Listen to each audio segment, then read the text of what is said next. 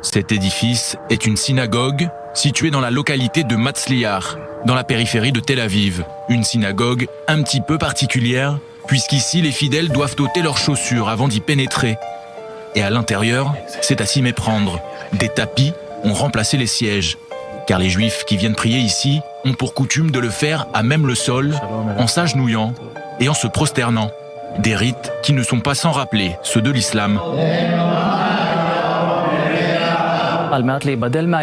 Aux alentours de 700 ans après Jésus-Christ, pour se différencier de l'islam, le judaïsme rabbinique a décidé de ne pas continuer à prier comme les musulmans et que la prière se ferait donc désormais de façon assise et plus en se prosternant.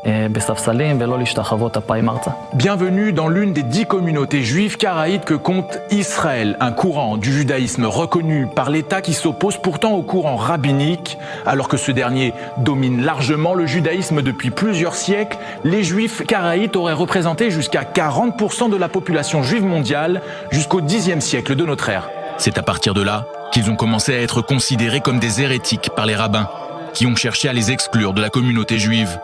Les juifs karaïtes ne représentent plus qu'aujourd'hui que quelques dizaines de milliers de fidèles, dont l'immense majorité se trouve ici, en Israël. Le consistoire nous rend la vie difficile. Les rabbins nous sont très hostiles jusqu'à aujourd'hui.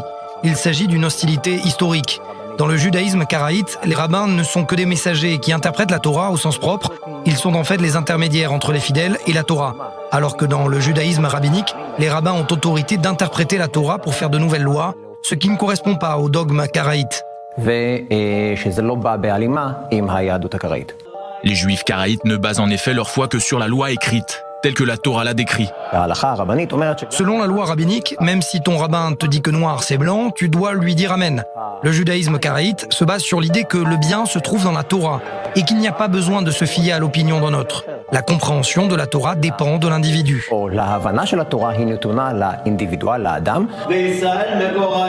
De son côté, le judaïsme rabbinique accorde davantage d'importance à la loi orale. Une loi orale interprétée par des hommes qui n'a donc rien de divin, selon le judaïsme karaïte. On peut tout à fait considérer le judaïsme karaïte comme le judaïsme originel, qui conserve les premières traditions du peuple d'Israël depuis toujours, jusqu'à aujourd'hui.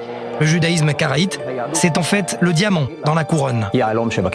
Alors que la plupart des juifs du monde entier célèbrent cette semaine Hanouka, la fête des Lumières, les juifs karaïtes n'allumeront pas de bougies cette année encore, puisque Hanouka est une fête d'institution rabbinique qui n'est mentionnée à aucun moment dans la Torah.